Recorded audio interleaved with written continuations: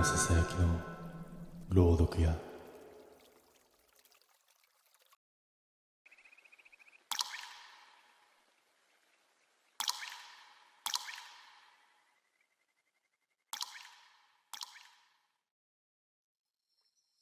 一人旅の最初の夜、山あいの小さな民宿に泊まった。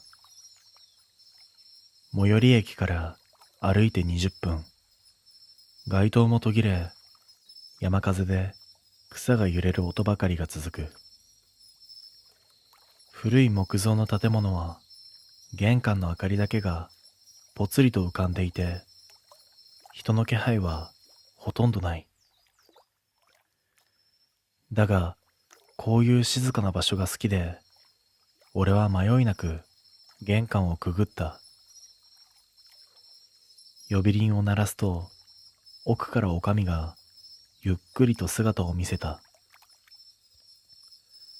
白髪混じりで、どことなく疲れたような、そんな表情をしていたが、対応は丁寧だった。ただ、俺の顔を見た瞬間、ほんの1秒だけ動きが止まった。驚きとも違う。確認をするような目と言った方が近い。予約していた山口です。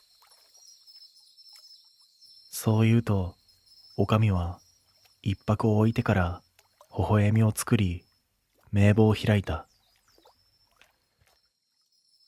古びた宿帳には今日の日付の欄がある。おかみはそこに俺の名前を書こうとしたが、ペン先が途中で止まった。あれと小さく漏れた声は俺に聞かせるものではなかった。だが、はっきりと耳に届いた。どうかしましたか？そう尋ねると、おかみは慌ててページをめくり、何度か確かめるような手つきをした後、こちらを見た。いえ、何でもありません。すぐご案内しますね。そう言われたが、不自然さは残ったままだった。部屋に案内される廊下は細く、磨かれているのに、どこか冷たかった。客室の前で、おかみがふと足を止めた。失礼ですが、と少し迷ったように目を伏せ、おかみは言った。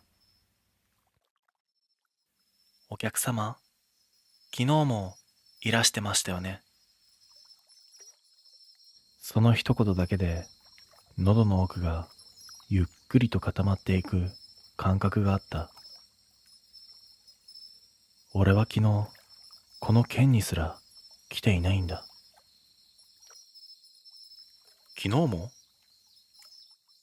と思わず聞き返すと、おかみは眉を寄せ、こちらの反応を慎重に探るように視線をそらした。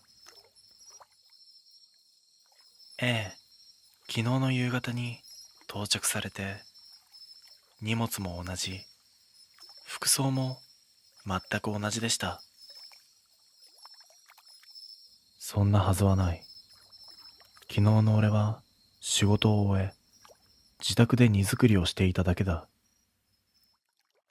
その夜に出発したわけでも、前乗りしたわけでもない。人違いじゃないですか？なるべく穏やかに言ったが、声が少しこわばっていた。おかみは首をゆっくりと横に振る。いえ、あれはお客様でしたよ。私、見間違えるほど人を覚えられないわけではありませんから。あれと呼んだのが妙に引っかかった。あの人ではなく、あれ。だがそれを深く追求するのは、なぜか本能的に避けたくなった。部屋に入り、荷物を置いても、胸のざわつきは収まらなかった。窓の外は山の斜面が真っ黒に伸び、風で木々がかすかに揺れている。遠くの県道を走る車の音も届かない。とにかくお風呂で汗を流そうと浴場へ向かった。廊下には誰の気配もなく、磨かれた床板に自分の足音だけが続く。浴場の扉を開けると、湯気がゆらりと押し出されてきた。湯船は一つ、洗い場も一つ。古い民宿らしく最低限の設備だ。俺は浴槽の縁に腰を下ろし、湯に足を入れた瞬間、背後の脱衣所でガタンと何かが落ちる音がした。振り返ると、棚に置いていた俺の着替えが床に散らばっている。風は通ってはいない。動物が入り込むような隙間もない。ただ落ちただけならまだいい。問題はその上に何かの湿った足跡が一つだけ残っていたということだった。大人の足より少し小さい。形は人に似ているのに、指の位置がわずかに不自然だ。俺は無理やり呼吸を整え、足跡を見ないようにして湯に全身を沈めた。しかし落ち着くどころか、背中に視線のような重さがまとわりついた。浴槽の反対側の壁、鏡張りになっている板がある。湯気で曇っているはずなのに、そこだけ妙にクリアに見える。鏡の奥、やけに白い顔の輪郭がうっすらと浮かんでいた。俺は目を閉じた。見てはいけない。そう思った。だが、目を閉じていても、鏡の前に誰かが立っているのが分かった。その瞬間、脱衣所の方でまた音がした。カチャッと鍵が回る音だった。中から誰かが扉を施錠した。鍵が閉まる音を聞いた瞬間、全身の毛穴が一気に開くような感覚が走った。浴場は小さく、逃げ場なんてない。湯から上がるべきか、そのまま潜むべきか判断ができず、ただ耳を澄ませる。脱衣所の床板がゆっくりと沈むようになった。誰かが歩いている。俺の着替えの方へと確実に近づいている。湯気の向こうで足音は一定のリズムで止まった。どれくらいの距離か曖昧だが、すぐそことしか思えない。鏡は相変わらずうっすらと白い輪郭だけを映し続け、形は人だが立ち方がどこかおかしい。肩が妙に落ち、首が少し傾いていて、まるで重心の位置が間違っているような人形のようだった。俺は震える手で湯船の縁をつかんだ。立ち上がる気力を絞り、湯から足を抜いた。その瞬間、脱衣所の照明がパンと音を立てて消えた。完全な暗闇。湯気の中に息の音だけが浮かんだ。その瞬間、声にならない声が脱衣所のどこかで漏れた気がした。人の声に似ているのに響きが浅すぎて、生きているものの喉から出た音には聞こえない。手探りで浴場のドアへ向かおうとしたとき、俺の足元で何かが動いた。濡れた指のような感触がかかとをそっと押した。反射的に逃げるように扉へ飛び、力任せに押す。鍵は閉められたはずなのに、なぜかあっさりと開いた。脱衣所は真っ暗で、どこからも人影は見えない。ただ、俺の着替えだけが丁寧に畳み直され、棚には奇妙な形の水滴が残っていた。その形は浴場で見た足跡と同じだった。慌てて部屋へ戻り、荷物を掴んで玄関へ向かう。おかみが驚いた顔で立っていた。どうされました？すいません。出ます。今すぐに。そう言うと、おかみはしばらく黙り、視線を落としたまま、ささやくように言った。昨日来た方も同じことを言って出て行かれました。え？昨日の俺ですか？おかみはゆっくりと首を振った。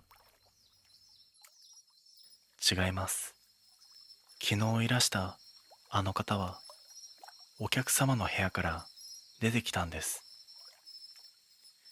でも影が薄くて歩き方も普通じゃなくて、あれは生きている方には見えませんでした。息が止まった。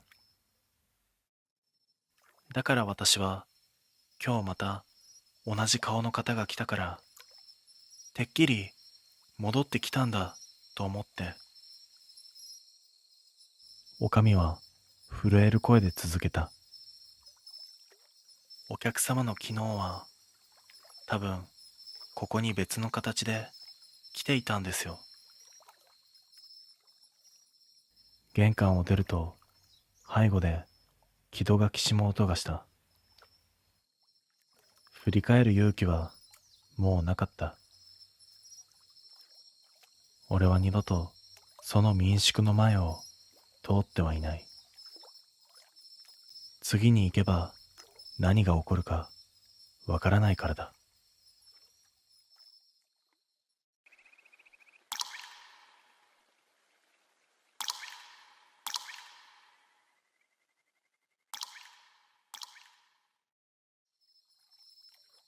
旅の途中、山深い源泉地に立ち寄った。夕方には店も宿も閉まるほど廃れた地域だが、小さな共同浴場だけは地元の人が使うらしく、ぽつりと明かりが灯っていた。外観は古く、木の外壁は湿気で黒ずんでいる。だが、一人旅の気楽さもあって俺はそのままのれんをくぐった。中は薄暗く湯気が漂っている。壁に貼られた注意書きは色あせており、読める文字より読めない文字の方が多かった。受付には誰もおらず、木箱に料金を入れる仕組みらしい。昔ながらの無人温泉だ。脱衣所へ入ると先客が一人いた。背を丸めた老人で、こちらを見ようともしなかった。湯船の縁に座ったまま、じっと湯を見つめていた。その横顔は妙に影が濃く、光の当たり方が不自然だった。俺は気にしないようにして服を脱ぎ、浴槽へ入る。湯船は小さく古い木で囲まれていた。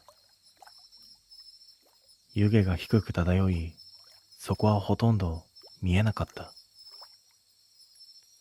俺はかけ湯をして足を入れた。その瞬間、湯の下から何かが動いたような気がした。魚でもいるのかと思い、そっと足を引いた。しかし、湯は静まり返っている。気のせいだろうと肩まで浸かった。しばらくすると、先にいた老人が浴場へと入ってきた。湯船の縁まで来ると、俺の方を見ずに低い声で言った。その湯、上がらん方がええ。老人は無表情のまま湯を見つめている。ただの常連の忠告かもしれないが、妙に引っかかる言い方だった。どうしてですか？そう尋ねても老人は答えない。湯に入ることもなく、そのまま脱衣所へと戻っていった。扉が閉まった後、また沈黙が落ちる。君は悪かったが、旅の疲れもあり、もう少しだけ浸かろうと思った。目を閉じ、湯の温度に身を委ねていた。ボコッと湯の底から泡のような気配が上がった。それと同時に足首に冷たい指のようなものが触れた。俺は反射的に飛び上がり、湯が大きく揺れた。視線を落とすと、そこが一瞬だけ見えた。そこに人の頭の形のような影がゆっくりと沈んでいくのが見えた。息が乱れ、心臓が暴れる。だが、確認しようと身を乗り出したとき、浴場の奥から消えたはずの老人の声が響いてきた。もう、上がれ。だが、老人は脱衣所から戻ってきていない。声は湯の奥、湯気の向こうから聞こえてきていた。俺は湯から出ようとした。その瞬間、湯船の縁を誰かの手がそっと押さえた。湯船の縁を押さえる手は力を入れてくるわけでもなく、ただ静かにそこへと置かれていた。だが指の角度が妙だった。人間の手なら自然に沿うはずの位置が、湯気の濃い影の中でわずかにずれて見える。皮膚の色も生気が抜け落ちたように白すぎた。俺は息を殺し、その手から目を離さないようにしながら湯の縁をゆっくりと回り込んだ。手は追ってこない。ただ湯の表面に浮かぶ湯気がまるで呼吸をしているように揺れている。脱衣所へと続く扉へ向かった。だが歩き始めた瞬間、湯がずるっと音を立てて揺れた。振り返ると誰のものともしれない濡れた足跡が2歩俺の方へ向かってついていた。先ほどまでなかった完全に新しい足跡。その形は人の足に似ているのに指が一本多く見えた。喉が詰まり呼吸の仕方を忘れそうになった。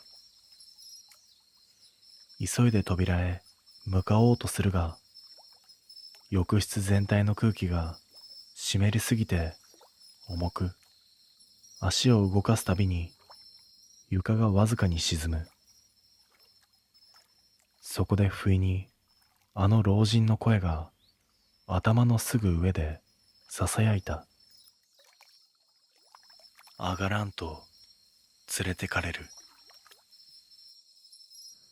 俺は反射的に振り返った。だが浴室にも湯にも誰もいない。天井から滴る水滴がぽちゃんと落ちただけだった。脱衣所の扉に手をかけた瞬間、背後で湯がはぜた。ドボンと何か大きなものが湯に沈み込んだような、そんな音。俺は怖さに耐えきれず扉を開けようと力を入れたが、木の板はなぜか内側に吸い付くようにして動かない。押しても引いてもびくともしない。嘘だろ。その時湯からズズズズズと何かがそこを這い上がるような音が響いた。湯気が左右に押し分けられ、白い腕のような影がゆっくりと持ち上がる。俺は力任せに扉を引いた。だが開かない。木のきしむ音だけが虚しく響く。後ろから近づく何かの気配が逃げ場を奪っていく。濡れた足跡が一歩また一歩とこちらへと向かってくる。先ほどの足跡と同じ指の数がおかしい足音が。そこで脱衣所の方から突然ガラガラッと扉が開き、眩しい外の光が浴室に流れ込んだ。目を細めると、そこには確かに先ほど見た老人が立っていた。湯気の中で黒い影だけになり、顔の表情は読み取れない。老人は俺に背を向けたまま低く静かに言った。続きは外で話す。はよ出。その声だけは先ほど浴室で聞いたものと全く同じだった。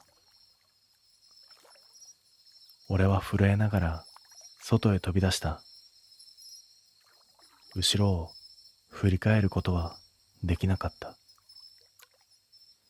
だが背後では湯船の底から誰かが天井に向かって爪を立てたような音がずっと続いていた。外へ出た瞬間、冷たい夜風が肌に張り付いた。だがその寒さよりも浴場の中に残してきた何かの気配が全身にまとわりついて離れなかった。後ろで扉がゆっくりと閉まる音がしたが、振り返ることができない。しばらくすると、さっきの老人が外へ出てきた。暗がりの中、薄い街灯に照らされて輪郭だけが浮かぶ。さっきより背が丸まり、足取りが不自然に重い。影の色が濃すぎる気もした。俺は震える声で聞いた。さっき湯に何かいましたよね。老人は答えず、地面をじっと見つめたまま口を開いた。この湯は昔から上がったらついてくるんじゃ。ついてくる。その言い方がどうにも嫌だった。老人は続けた。